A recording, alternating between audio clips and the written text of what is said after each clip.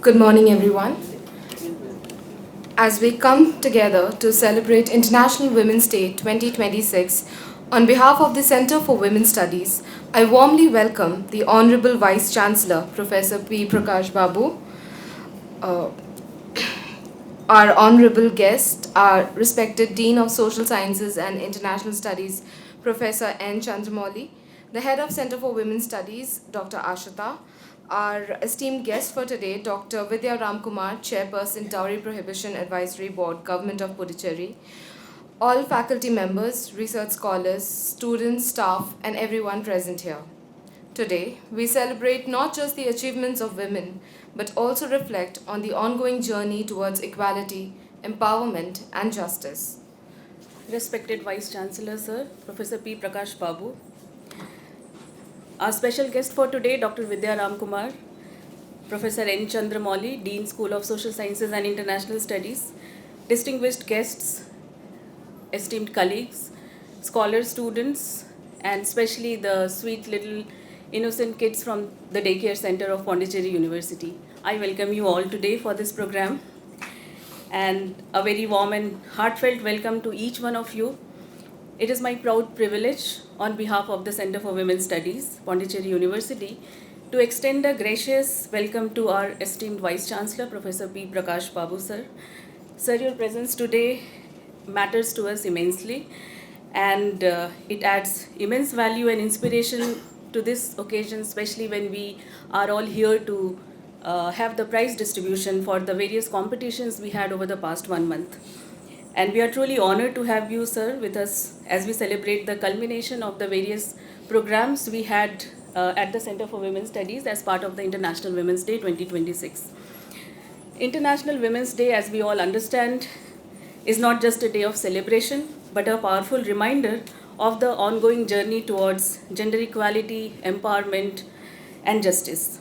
It is also a moment to acknowledge the resilience, achievements, and contributions of women in every sphere of life, while also reflecting on the work that still lies ahead. Over the past 1 month, we at the Center for Women's Studies has organized a series of engaging and thought-provoking events, including poster making competitions, quiz competitions, for which a quiz coordinator was called from one of the colleges of Pondicherry, from Pondicherry. Then we had poetry writing competitions in 3 languages, English, Hindi, and Tamil.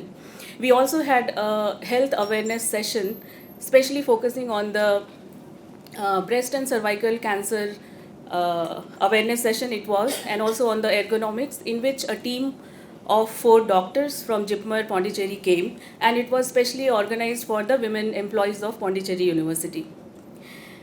And therefore, these activities have provided a platform for not only the students and scholars, but also the employees, the housekeeping staff of Pondicherry University to express their ideas, creativity, and commitment to building a more equitable society.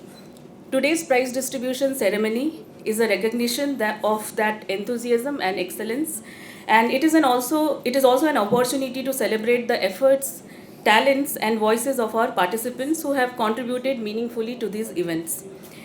Dear participants, the prize winners, your involvement itself is commendable, there is no doubt about it, and each one of you has demonstrated not only skill and creativity, but also a deep engagement with issues that matter.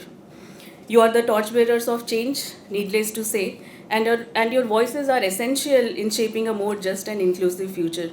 Once again, I extend my sincere gratitude to our Honorable Vice Chancellor, sir, for graciously accepting our invitation and encouraging us through your presence, sir. Thank you so much. I also thank all our faculty members, the organizers, the staff, the volunteers who have made this program a success. Now, a special welcome to Professor S. Padmapriya, Department of Hindi, who will be presenting before us right after the prize distribution a very short dance performance. Thank you so much, ma'am, for agreeing to our request. And with these words, I warmly welcome each one of you to this program today. Thank you very much. Thank you so much, ma'am. Next, it is my honor to invite Professor N. Chandramouli, Dean of School of Social Sciences and International Studies, Pondicherry University, to deliver the felicitation address. As he retires tomorrow, we extend our heartfelt gratitude for his years of dedicated service and invaluable academic contributions and wish him a fulfilling and joyful journey ahead. Over to you, sir. A very warm good morning to all of you.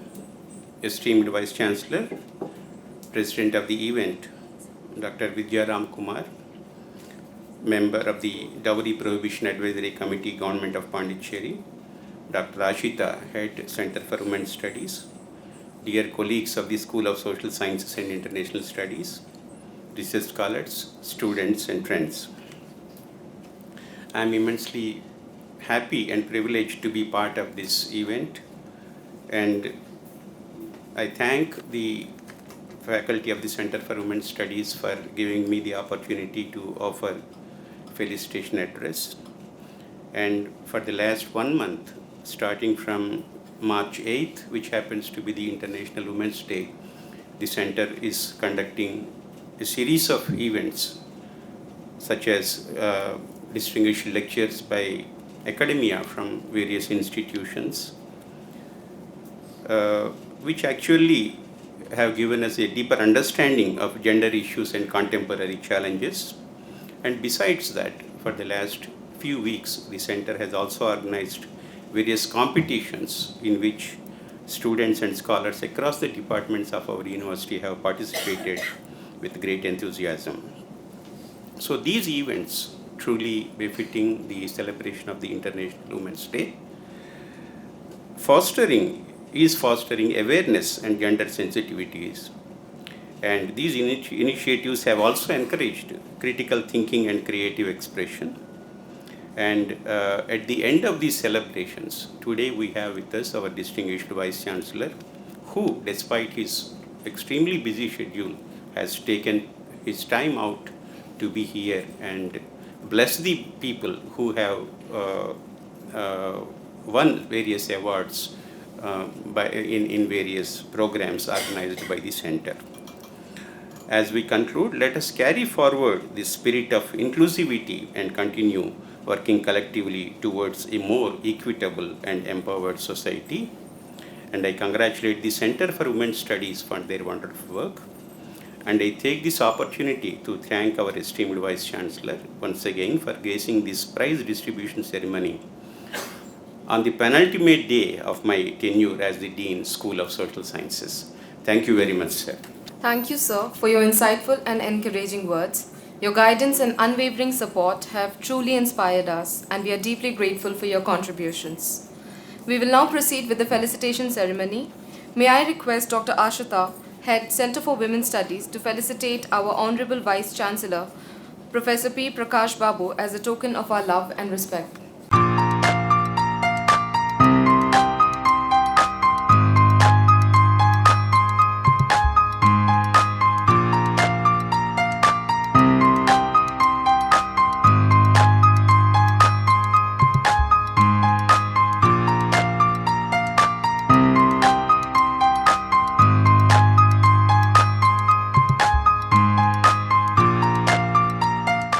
We now move on to the special address, for which I invite Dr. Vidya Ram Kumar, Chairperson, Dowry Prohibition Advisory Board, Government of Pondicherry, to enlighten us with her valuable insights. Dr. Vidya Ram Kumar, yes, of course, but then you should know a little of my background. I come from Kanyakumari, and I've seen my grandmother and my mother, and they are my examples.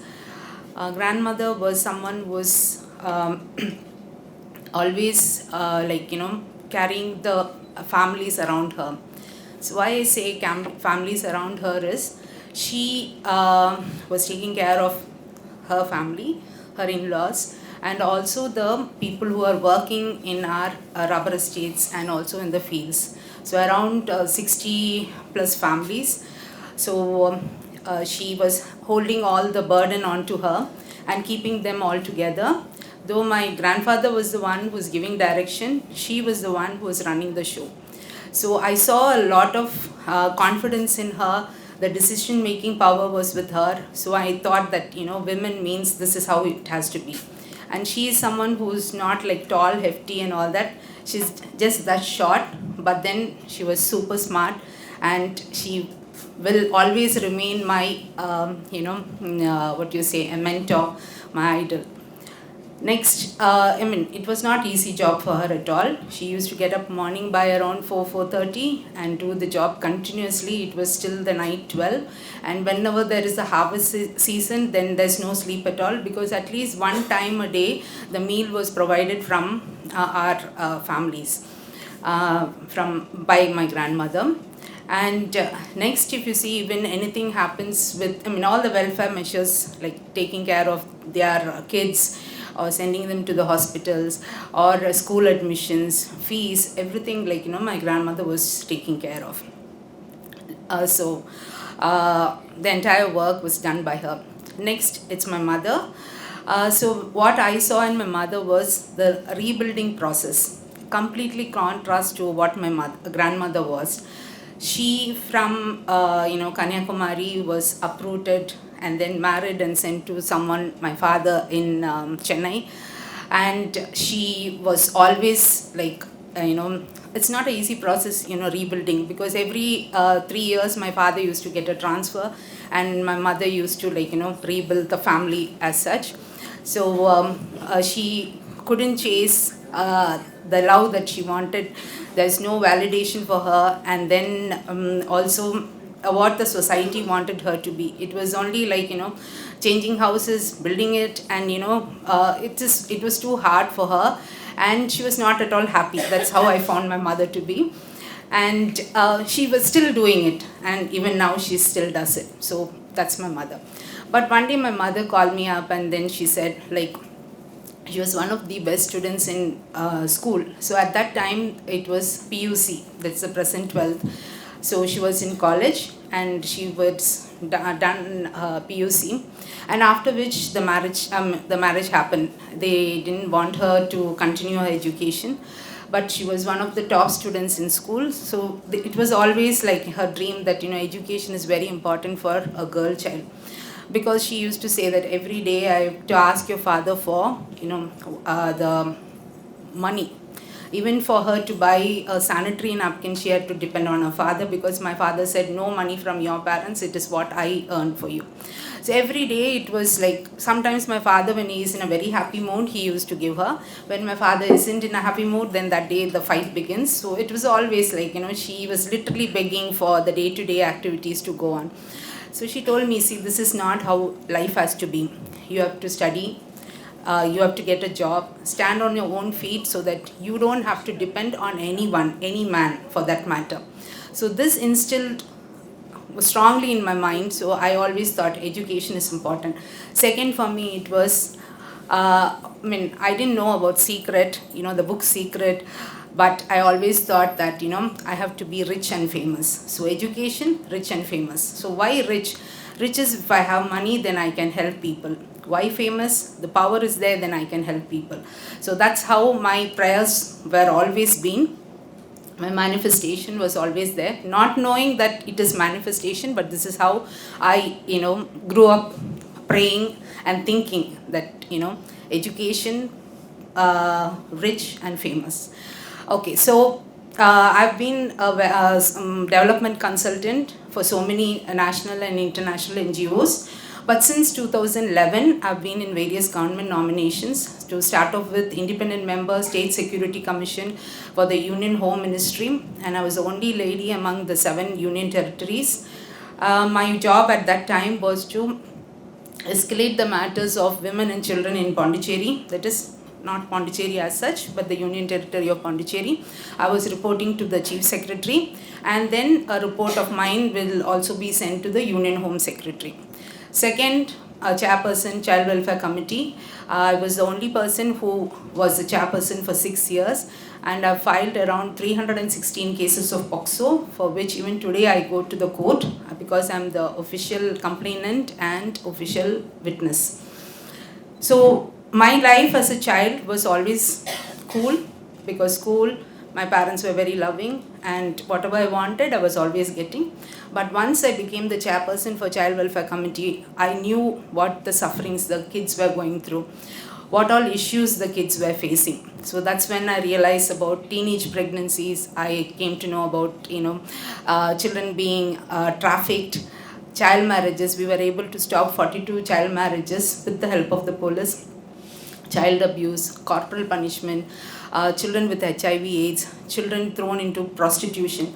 So I became famous, I would say, because of a child prostitution case wherein which I filed.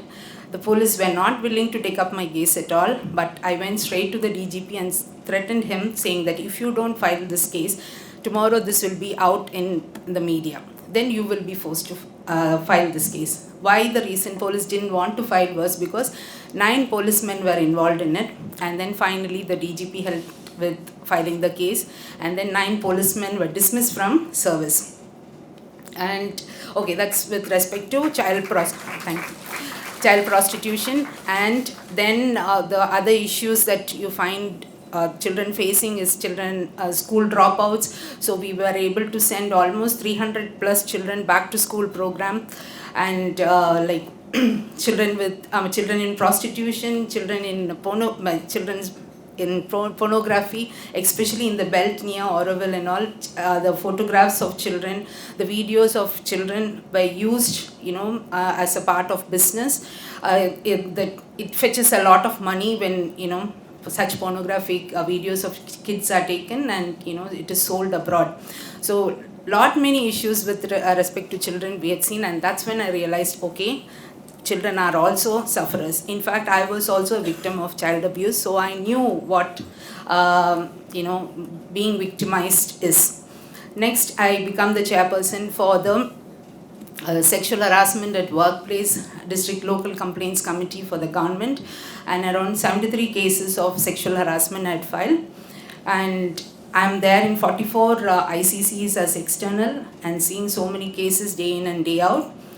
I'm also a victim of sexual harassment at workplace and also online sexual harassment. So again, I know what the victims go through. So that's why I see to that I fight end to end and try to get justice, the social justice for them.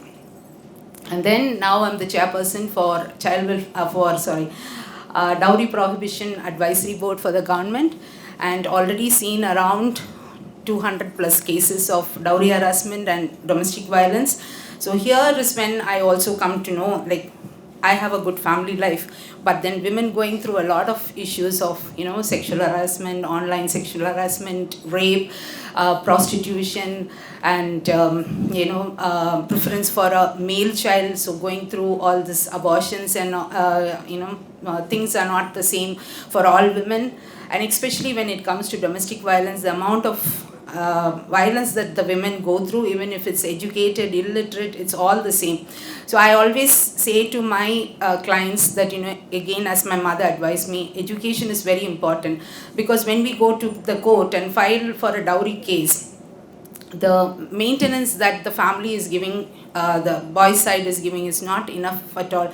They might pay for 4-5 months and then it stops, then which means we are going back again to the court and questioning and asking for a redressal for this woman. So it is always better that you go for one-time settlement.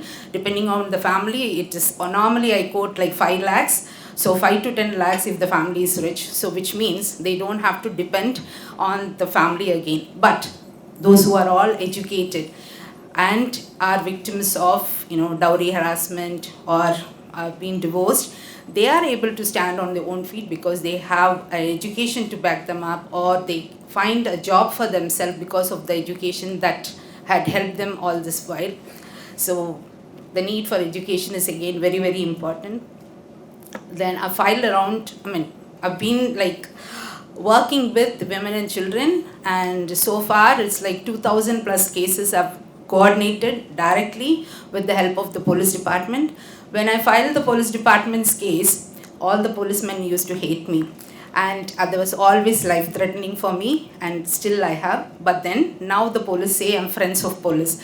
So thanks to that friends of police, because all my cases are taken up directly, because they know if I don't, or if they don't take up my cases, next is going to come in the media. So somewhere some threatening has to be there for us, take forward the cases. But of late, all the SSPs and all that have been very, very helpful, and so I'm able to take things forward.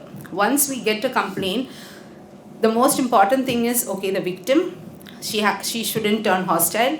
Second is the evidences that you produce. The evidences should correlate with the case that you're coming forward with. And next is the witnesses. Be very careful when you take up the witnesses, because witnesses may say yes to you, but when they appear before us, they always turn hostile. So someone whom you can trust. So these three things are very, very important if you want to take the case forward, escalate the case. Next, I think for this I might come another day if you want to, but I think it's time to wind up because pain is shooting. Three things which I would fight for is right to safety. Next is fight for my rights, and third one is right to education.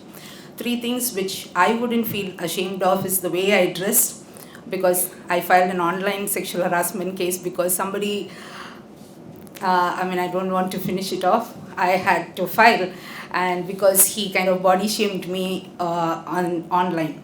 So again, I'm not bothered about that. I fought the case, I won the case. So that. Second is saying no. Saying no is very, very important. You should know where and when to say no. If you go on be adjusting, then you can't come out of it. The minute you say no, it's very clear. So and third one would be like being not ashamed of being independent. You would decide what you want to do, and then you go ahead with it. All that you need is, you please hear the voice of the voiceless. Be confident. What you say? Be assertive, be bold, and then I'm sure things will work out for you. If there is no struggle, there is no strength. Thank you so much. Thank you so much, ma'am, for sharing your inspiring journey and experiences. It has surely ignited great motivation within us. Now, I take great honor in inviting Professor P. Prakash Babu, the Honorable Vice Chancellor of Pondicherry University, to deliver the presidential address. May I request you to kindly address the gathering, sir, as we eagerly look forward to your words of wisdom. Guests on the dais, Professor Chandramouli, Dean, Dr. Ashita, Head of the Department, Dr. Vijay Ram Kumar, today's guest speaker, and colleagues sitting here, all of you, and Professor Padma Priya, who is the special guest for today, and the more special guests are the play school children. So very warm welcome to all of you for this, and wonderful to be with you on this occasion again in this year. I think recently we had a meeting in different occasion for the Women's Day celebration, where Dr. Vijay Ram Kumar was also there along with me. So I congratulate the department for taking initiative and organizing the series of programs in this connection, and also the competitions for the students it's a part of the awareness program. Actually, before this program, today I think I have a lot of series of programs, that's why it got delayed. NIT Karaikal director was there in the Department of I think Environment Sciences and all. So we were having a program on the Water Day, International Water Day, and emphasis is on the equality. So people may, especially the young students, they may not understand water and equality. What is this? How water is related to the equality? This is what I keep saying. See, when you see the summer halls, during summers, most of the places in India will be having the water scarcity. And governments will be supplying with the water tanks, even say it in Hyderabad or Chennai, Delhi, wherever it is, especially the rural setup or the outskirts of the main cities. When there is a water tanker is there, people will come and collect the water. What is the specialty in that? I asked the same question to them also. The specialty is 90% are women candidates. 90%.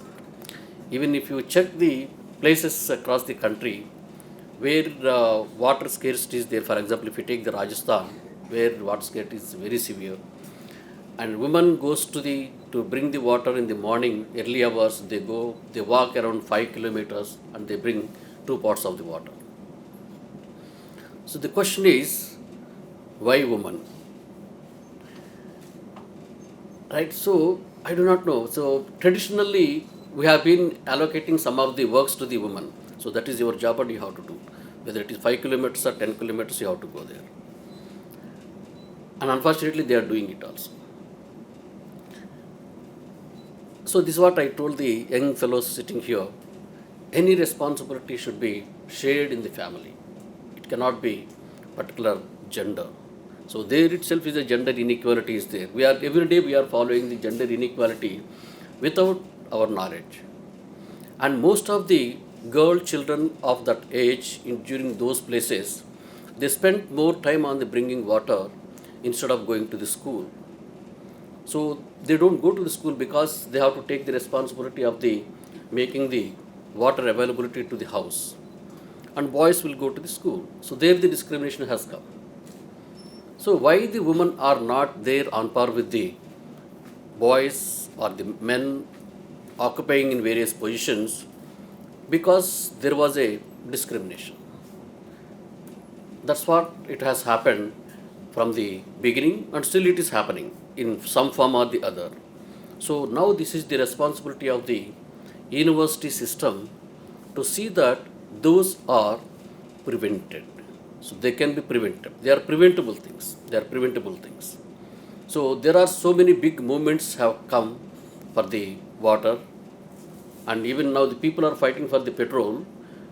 After a few years, maybe people should fight for the water. The country should fight for the water. So now the Trump is going for the Iran, after that for the oil.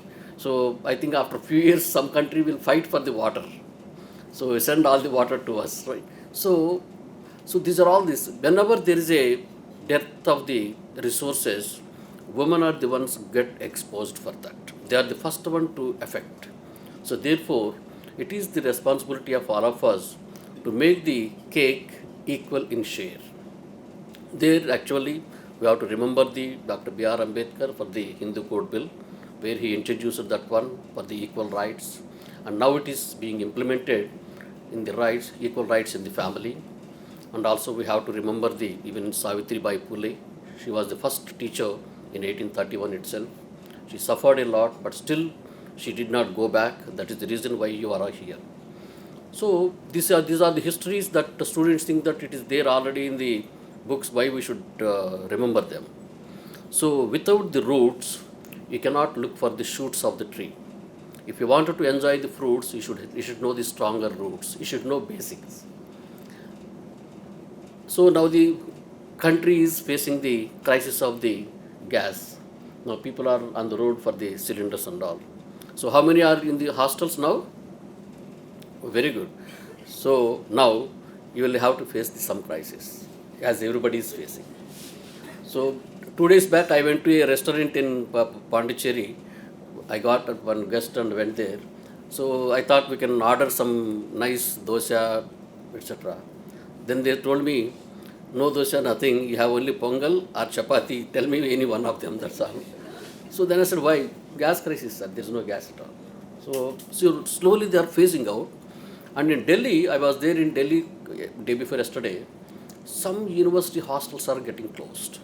They are closing it. They are closing and they are declaring go for online classes. So now we have to take a decision how exactly we have to deal with it. without affecting the academic career, without affecting the syllabus, without affecting the examinations. So I think students may have to do little sacrifices. Not only students, we are all sacrificing at home because we are also facing the same thing. Okay, so all these things. So these are all the crises. Whenever there is a crisis, the system or the society is a dynamic, but the dynamic society should actually see the all facilities are available for everybody. So I think that is the essence of this particular meeting. So thank you for inviting me. So I really look forward for such a kind of initiatives and all these kinds of initiatives. I suggest all the colleagues here to have a one big meeting.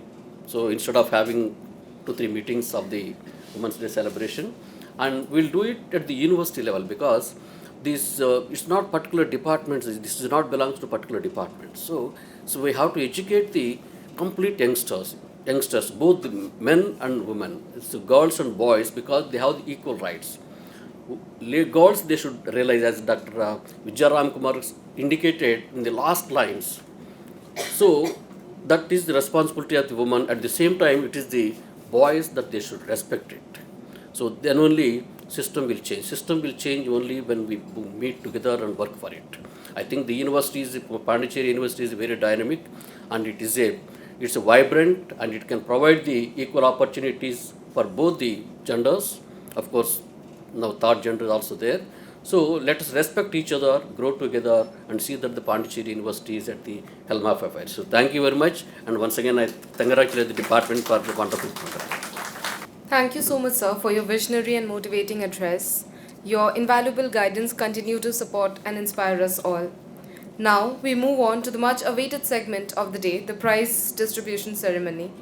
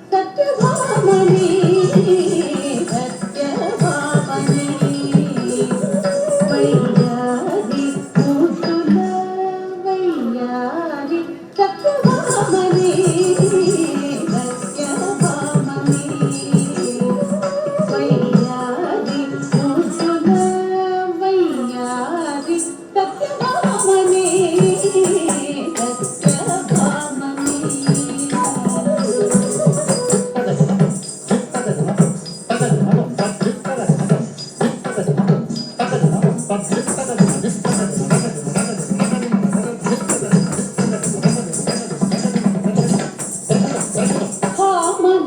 Padiyaru Vena, Komalo, Dandani Lona, Harmony, Padiyaru Vena, Komalo, Dandani Lona, Harmony, Padiyaru Vena, Komalo, Dandani Lona, Harmony, Padiyaru Vena, Komalo, Dandani Lona, Harmony, Padiyaru Vena, Komalo, Dandani Lona, Salana,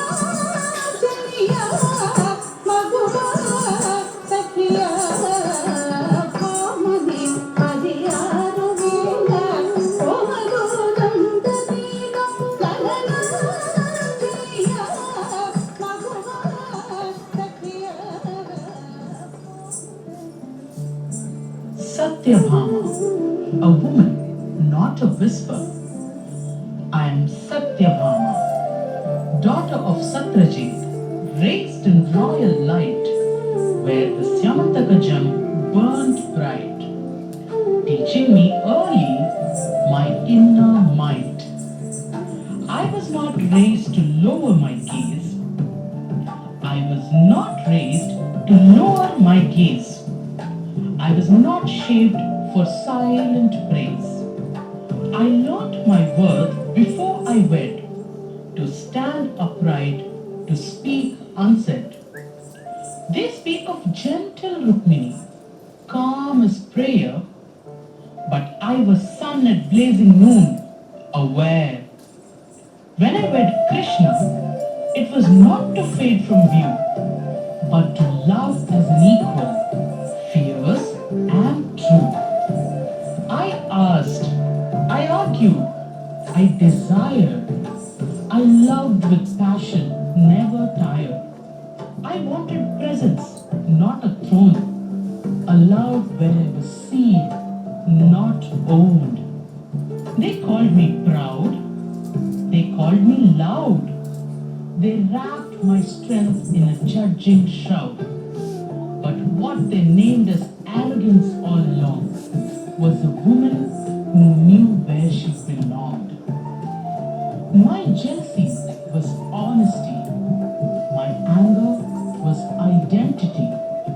My demands were not a flaw to tame, they were a woman naming her claim. When darkness rose as Narakasura, cruel and vast, and countless women were bound and cast, I did not wait for fate to choose. I rode to war with nothing to lose. With bow in hand and fire in breath, I faced the tyrant, life and death. For stolen voices, silenced cries, my arrow split the darkened skies. Not a queen behind a curtain drawn, but a storm that roared before the dawn. Justice did not fall from above, it flew from a woman's courage and love. In Bhama Kalapam, my heart is laid, my longing, pride, and fire displayed. Not weakness, not vanity, not shame, but self-respect without a frame. I lived as a woman who chose to feel, to speak, to fight, to never kneel. And when my time on earth was done, I left as fiercely as I had begun. Do not mistake my light for ego. Do not mistake my voice for show. What you called arrogance for years was dignity beyond your fears. I am not silence. I am not claim. I am desire without shame. I am self-respect in a golden flame. I am Satyabhama. I am Satyabhama. I am Satyabhama.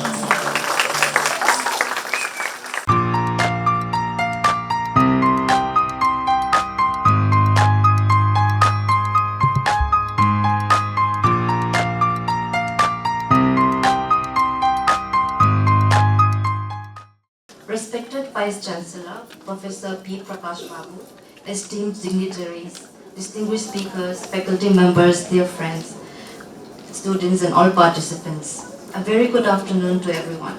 It is my proud privilege to propose a vote of thanks on this significant occasion of celebrating International Women's Day 2026 organized by Center for Women's Studies, Pondicherry University. First and foremost, I extend my heartfelt gratitude to our Honorable Vice Chancellor, Professor P. Prakash Babu, for his inspiring presidential address and for his continued support in promoting gender equality and academic excellence within the university. I express my sincere thanks to Dr. Vidya Kumar, Chairperson, the Dowry Prohibition Advisory Board, Government of Pondicherry,